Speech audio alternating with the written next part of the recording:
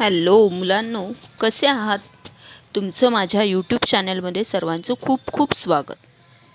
तर माझ्या यूट्यूब चॅनलमध्ये आपण नेहमीच व्याकरण विभागातले काही टॉपिक आपण शिकत असतो. तर आज आपण घेणार आहोत वाक्यांचे प्रकार. वाक्य व वाक्यांचे प्रकार म्हणजेच टाइप्स ऑफ सेंटेन्स आज आपण बघणार आहोत.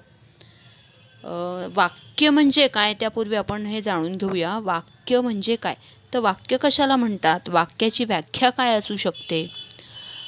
एक किंवा अनेक शब्दांचा अर्थपूर्ण समुच्चय म्हणजे वाक्य, ज्याला आपण काय म्हणतो, एक किंवा अनेक शब्दांचा अर्थपूर्ण समुच्चय म्हणजेच वाक्य. म्हणजेच आपण अजून एक असं म्हणता येईल की संपूर्ण अर्थ व्यक्त करणाऱ्या शब्दसमूहाला वाक्य असे म्हणतात. म्हणजे एका वाक्यामध्ये खूप सारे शब्द असतात. फॉर एक्झाम्पल, मी आज शाळेत जाणार नाही, म्हणजे यामध्ये एक शब्द आहेत. किंवा मी आज अभ्यास केला, तर मी अभ्यास केला, अशा प्रकारचे हे सेपरेट शब्द घेतल्यानंतर पण त्यांची योग्य प्रकारे रचना केल्यानंतर आपल्याला अर्थपूर्ण वाक्य मिळतं आणि त्यापासून आपल्याला एक संदेश तयार होतो. तर म्हणजे आपण इतरांशी बोलताना म्हणजे पूर्ण अर्थाने बोलणे किंवा लिहिणे म्हणजेच वाक्य. पूर्ण अर्थाने समोरच्या व्यक्तीशी बोलणे आणि लिहिणे म्हणजेच वाक्य. प्रत्येक वेळी आपण बोलत असतो, आपण लिहितो, म्हणजेच आपले विचार मांडतो. हे विचार कधी साध्या वाक्यात असतात तर कधी प्रश्न रूपात असतात. म्हणजे आपण नुसतंच बोलतो म्हणजे काय, आपण समोरच्या व्यक्तीला कधी आपण प्रश्नही विचारतो. कधी कधी हे विचार आपल्या मनातील होकार, नकार, आनंद, दुःख, आज्ञा अशा अनेक भावना प्रकट करतात. यावरून वाक्याचे प्रकार ठरविण्यात आलेले आहेत. म्हणजेच आता तुमच्या आईने तुमच्यासाठी काहीतरी आवडीचा पदार्थ बनवलेला आहे, तर त्यासाठी हे वाक्य ऐकून, आज मी तुझ्यासाठी ही भाजी केली आहे, हे ऐकून तुमच्या चेहऱ्यावर आनंद होतो आणि हो, आज मी ही भाजी खाणार, म्हणजे आज माझं पोटभर जेवण होणार. अशा प्रकारचं तुम्ही जेव्हा बोलता म्हणजे त्यातून तुमचा आनंद व्यक्त करता.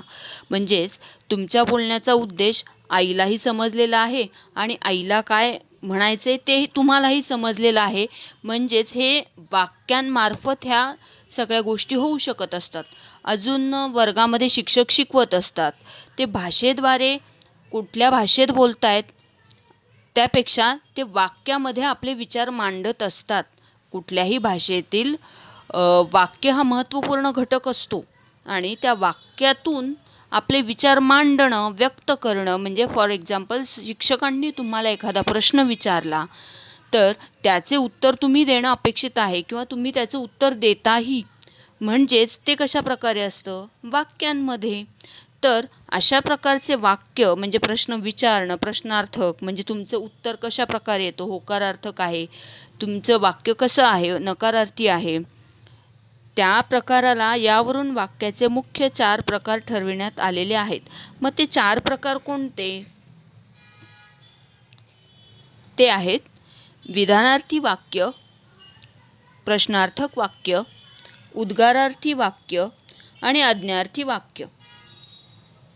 आय रिपीट, विधानार्थी वाक्य असर्टिव्ह सेंटेन्स, प्रश्नार्थी वाक्य इंट्रोगेटिव्ह सेंटेन्स, उद्गारार्थी वाक्य एक्सक्लामेटरी सेंटेन्स, आज्ञार्थी वाक्य इम्पेरेटिव्ह सेंटेन्स. आणि अजूनही या 4 प्रकारांबरोबर वाक्यांचे आणखीही 2 प्रकार आहेत. म्हणजेच आपण टोटल वाक्याचे 6 प्रकार आज आपण शिकणार आहोत. तर वाक्याचे 6 प्रकार म्हणजे जे आत्ता मी तुम्हाला 4 सांगितले आणि पुढचे 2 होकारार्थी वाक्य अफर्मेटिव्ह सेंटेन्स आणि नकारार्थी वाक्य निगेटिव्ह सेंटेन्स. मुलांनो, वाक्यांचे प्रकार हा जो विषय आहे, हा टॉपिक आपल्याला इयत्ता 8वीच्या सुलभ भारती मराठी टेक्स्टबुकमध्ये हा टॉपिक आपल्याला अभ्यासक्रमासाठी आहे. तर वाक्य म्हणजे काय वगैरे इकडे आपल्याला दिलेलं आहे आणि काही उदाहरणंही दिलेली आहेत.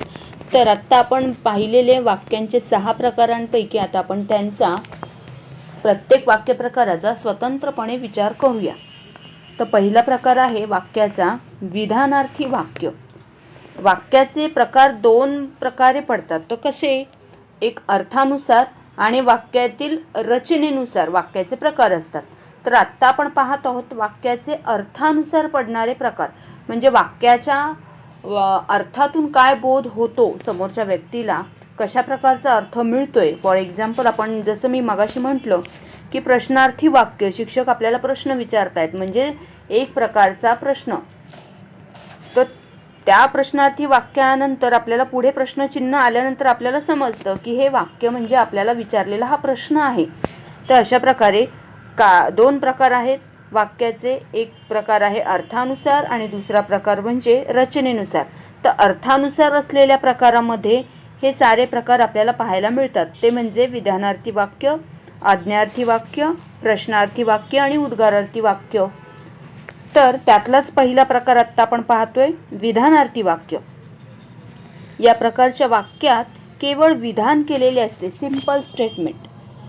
तर विधान केलेले असते म्हणजे आपल्याला एका वाक्यातून हे समजू शकतं की त्या वाक्यामध्ये समोरच्या ज्यावेळी बोलणारा आपल्या मनातील विचार मांडत असतो अथवा एखादे विधान करतो किंवा केलेले विधान असते, म्हणजे ज्या व्यक्तीने हे बोललेलं वाक्य म्हणजे केवळ विधान आहे, ते सिंपल स्टेटमेंट आहे, त्यास विधानार्थी वाक्य असे म्हणतात. तर आता आपण वाक्यातला पुढचा प्रकार म्हणजे होकारार्थी वाक्य पाहणार आहोत. होकारार्थी वाक्य म्हणजे अफर्मेटिव्ह सेंटेन्स. अफर्मेटिव्ह सेंटेन्स म्हणजे पॉझिटिव्ह सेंटेन्स. होकारार्थी या शब्दावरूनच आपल्याला असं समजून येतं की वाक्यामध्ये काहीतरी होकारार्थी सकारात्मकता दाखविलेली असणार. तर म्हणजेच काय, ज्या विधानात सकारात्मकता असते किंवा क्रियेचा होकार दर्शविलेला असतो किंवा ज्या वाक्याद्वारे एखाद्या कृतीसाठी होकार अथवा स्वीकार दर्शविलेला असतो, अशा प्रकारच्या वाक्यांना होकारार्थी वाक्य असे म्हणतात. तर आता आपण उदाहरण पाहूया. पार्थ हुशार मुलगा आहे. वैभवी ते काम पूर्ण करणार आहे.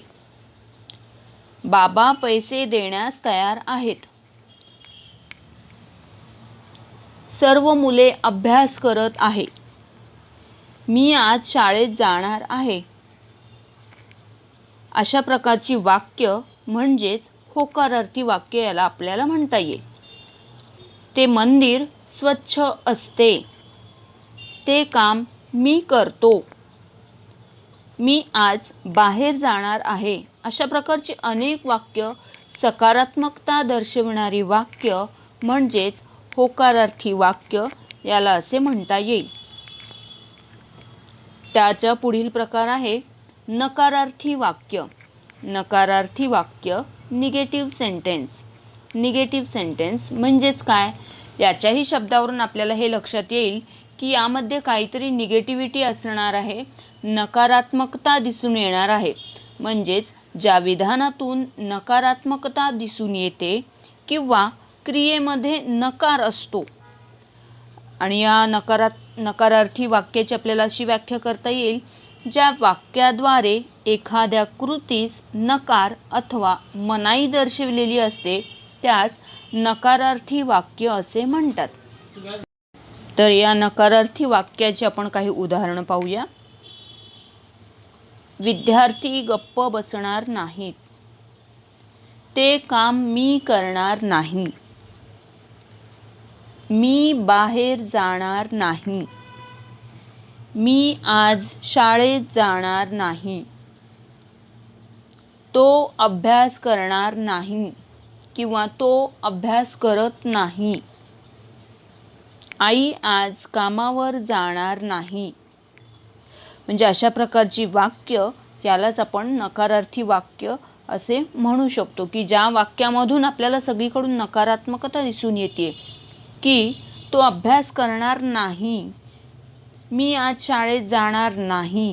म्हणजे ज्या वाक्यामध्ये आपल्याला नाही म्हणजे निगेटिव्हिटी दिसतीये, नकारात्मकता दिसतीये, अशा प्रकारच्या वाक्यांना आपण नकारार्थी वाक्य असे म्हणू शकतो किंवा नकारार्थी वाक्य याला असे म्हणतात.